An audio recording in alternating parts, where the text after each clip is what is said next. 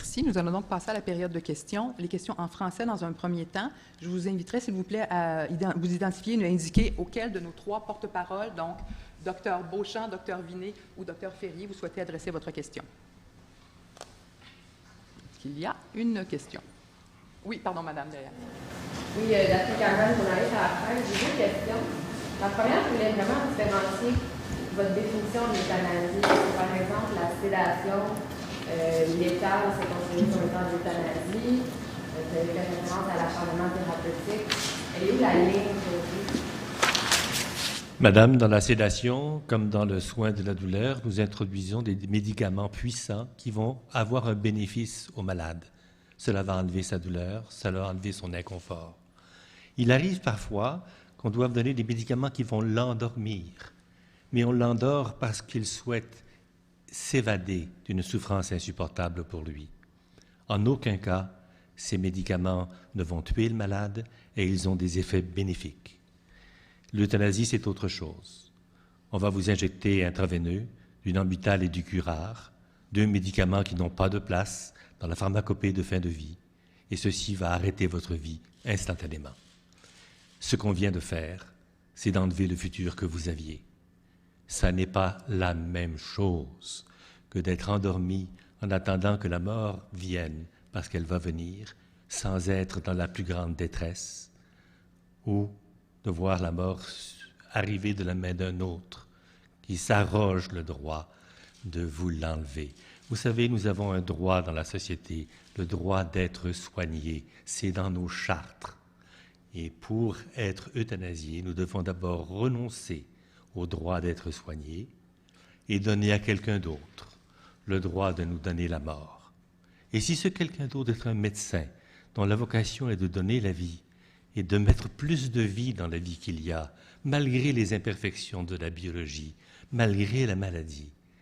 Vous venez de changer considérablement le rôle de cette personne au milieu de vous. Peut-être d'ailleurs qu'elle ne le supportera pas. C'est la seule définition, madame, de l'euthanasie. Il faut avoir pour ça une volonté de tuer, deuxièmement, un outil qui tue, et troisièmement, une personne qui meurt de cet outil. Les personnes qui meurent de leur maladie ne sont pas euthanasiées. Deuxième question, êtes-vous financé par des groupes ou des individus dans votre campagne? Aucunement, madame. Nous sommes un consortium de médecins qui sommes préoccupés par la qualité des gestes que nous souhaitons poser envers nos malades et par la relation de confiance que nous souhaitons garder avec eux. Dans certains cas, la sédation palliative, on se plaint qu'elle dure trop longtemps et qu'elle a des effets très négatifs sur les malades. En fait, ça trop. C'est ce que j'ai vraiment entendu, là, que les malades qui meurent à petit feu, ils sont vraiment sur le point de mourir et la mort est très, très pénible pour eux-mêmes, pour leur famille, entre autres dans les cas de sédation palliative prolongée. Madame, la sédation palliative prolongée n'existe pas. On ne donne de la sédation palliative qu'à des gens qui sont en toute fin de vie. C'est-à-dire que cela va durer en général entre 2 et 7 jours. Jamais beaucoup plus longtemps. Des fois, c'est plus longtemps. Madame, cela n'existe pas dans les cadres de pratique d'une bonne médecine.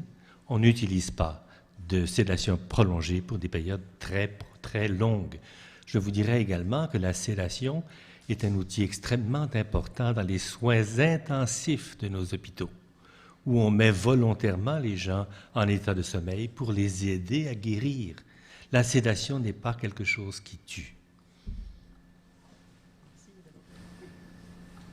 Pas madame. Marie-Françoise Radio-Canada. Votre communiqué, en fait, il semble aller un peu loin quand vous dites que les patients sont obligés de renoncer à leur droit d'être soignés. Dr Beauchamp, dans quelle situation les patients devraient renoncer à leur droit d'être soignés? Vous savez, vous avez devant vous des médecins, pas des juristes. Écoutez, la chose qui est importante pour nous, ici aujourd'hui, c'est de considérer l'aspect de la sécurité. On n'est pas là pour parler de renoncement de droits, nouveaux droits ou quoi que ce soit. On est là pour protéger les gens qui sont vulnérables. Quand on travaille sur le terrain, qu'on rencontre des patients tous les jours, on rencontre des gens qui sont vulnérables, des gens qui ont de la difficulté des fois à prendre des décisions, à bien comprendre, des gens qui subissent les pressions des fois des gens autour d'eux. Et c'est eux autres qu'on veut surtout protéger. On se sent une grande responsabilité de protéger toutes ces personnes-là qu'on voit qui sont vulnérables. Alors, nous, l'angle à travers lequel on regarde ça, c'est que nous avons une responsabilité. Nous savons qu'il y a des lois pour protéger les gens. Les gens du côté législatif, les députés, les politiciens, les juristes s'occupent de cette partie-là. Nous savons qu'il y a des gens vulnérables. Nous savons qu'il y a des gens qui vont avoir des dommages personnels si des choses se retrouvent sur les étagères. C'est pas une question pour nous, c'est pas une question nécessairement de droit au niveau technique, un peu comme j'ai le droit d'avoir ceci, j'ai le droit de faire cela. Je vais faire une analogie. Dans certains pays, les gens ont le droit d'avoir des armes à feu. Et nous autres, on dit quoi? On dit c'est dangereux d'avoir des armes à feu, parce que ça peut tuer le monde, aux États-Unis, par exemple. Alors, si les médecins ont le droit d'avoir des trucs dans leurs étagères qui peuvent tuer les gens, qui sont faits pour ça, on dit non, c'est dangereux, parce que ça touche les gens ça peut toucher des gens qui sont vulnérables. Le docteur Vinet vous a parlé du nombre d'erreurs médicales qui sont faites à chaque année. On parle de milliers, on parle de centaines de milliers d'erreurs médicales. Alors, si on met sur le marché ou si on met en disponibilité de façon libre à travers des mécanismes comme ceux qui sont tentés actuellement par le gouvernement, eh bien, on s'expose à ça. Alors, le droit le plus fondamental auquel nous sommes sensibles, c'est le droit à la sécurité des gens. Et aujourd'hui, ça nous intéresse beaucoup, la sécurité de la population.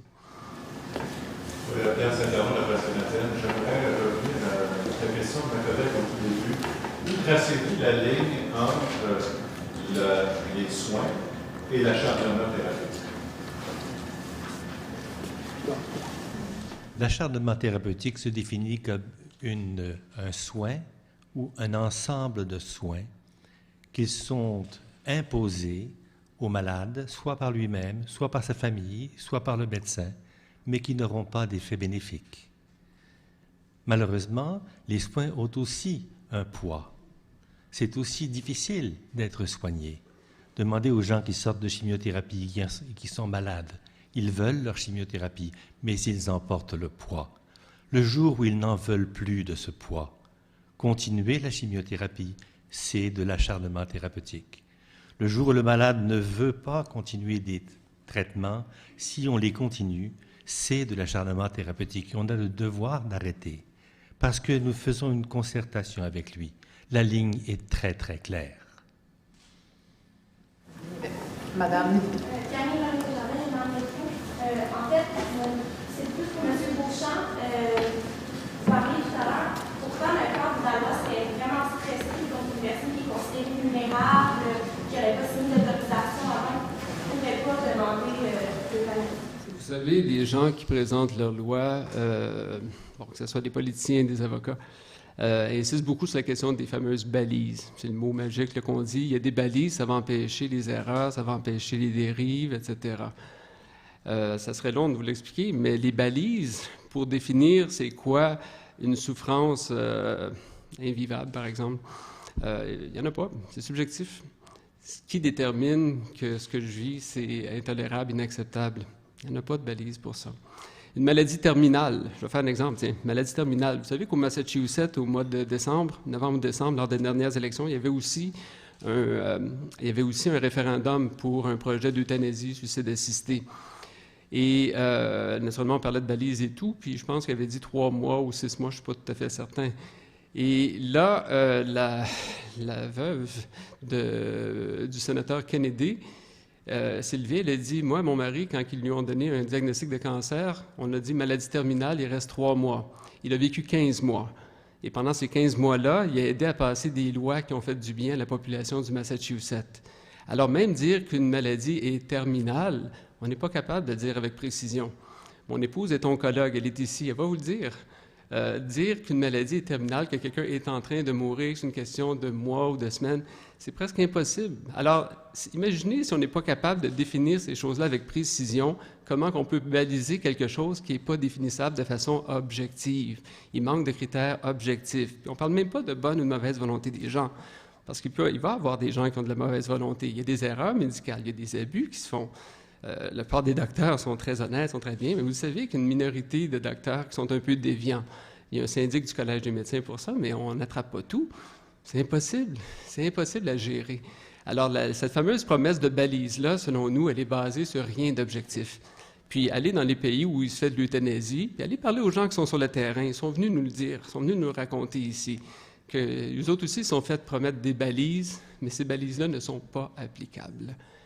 Alors, dire aux gens, il va y avoir des balises au Québec, on va faire quelque chose que les autres n'ont pas réussi à faire, ça ne tient à rien. Il n'y a aucun support pour donner ça avec crédibilité. Ces gens-là n'ont pas de crédibilité. C'est pas vrai que c'est faisable d'appliquer des balises de façon étanche, de façon efficace. C'est tout à fait impossible. Une autre question? Est-ce qu'il y avait une autre question? Oui, pardon, oui. Oui, donc Anne Leclerc de Global. On the website of the Fédération des spécialistes, I think 11% of doctors said that euthanasia is already occurring in Quebec. I'd like to know what you have to say about that. If you're talking about the survey that the FMSQ did a few years ago, it was a very bad survey. It was a totally unscientific survey. The questions were biased. It was in the middle of the summer. Hardly anybody answered. I've never seen a case of euthanasia in 30 years of practice. Maybe it happens occasionally. As my colleague just said, there are some dishonest doctors. It's not something that's widely practiced. There is a lot of confusion sometimes between, if there's not good communication between the treating team and the family, maybe the patient dies quickly when the family didn't realize that they were so close to death, and they think the doctors must have done something.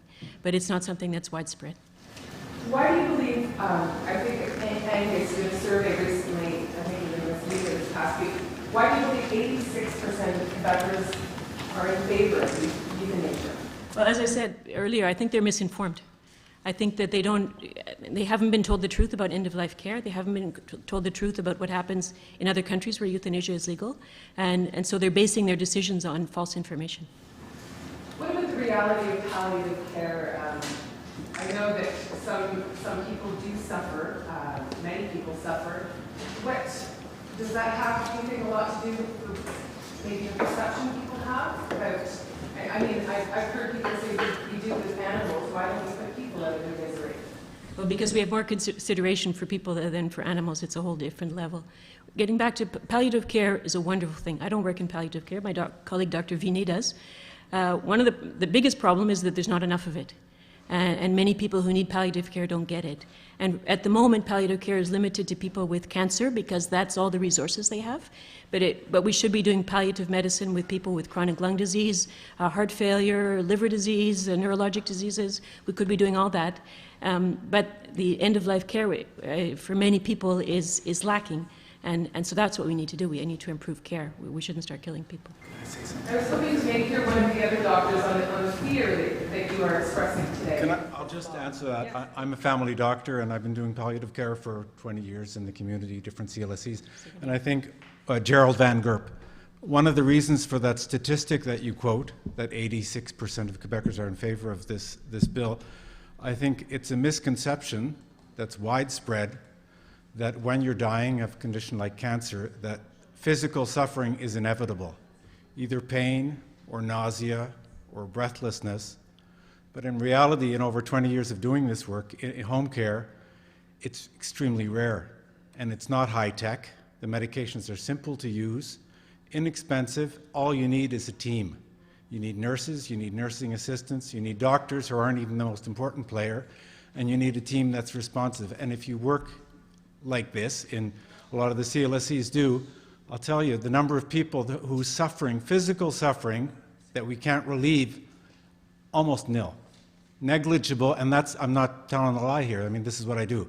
And if the odd case we have where we can't manage it at home, they can take care of it in the hospital. So it's a myth that people think that if you're dying of cancer, you're going to have pain, you're going to have nausea, you're going to suffocate, not just cancer, but neurodegenerative diseases. It just ain't so. And that's the explanation for that statistic, I think. But what about thousands of people in nursing homes who don't have access to medical teams? patients in nursing homes do have access to medical care. And by and large, they do. And if you're saying, well, should we introduce the law because the nursing carers don't have, their care isn't up to scratch? What do you think? I don't think so. We should improve the care in the nursing homes, but I think that's not the case. There's a lot of false information, misconception, and it's out there, and I think that's why people think that physical suffering is inevitable. It ain't.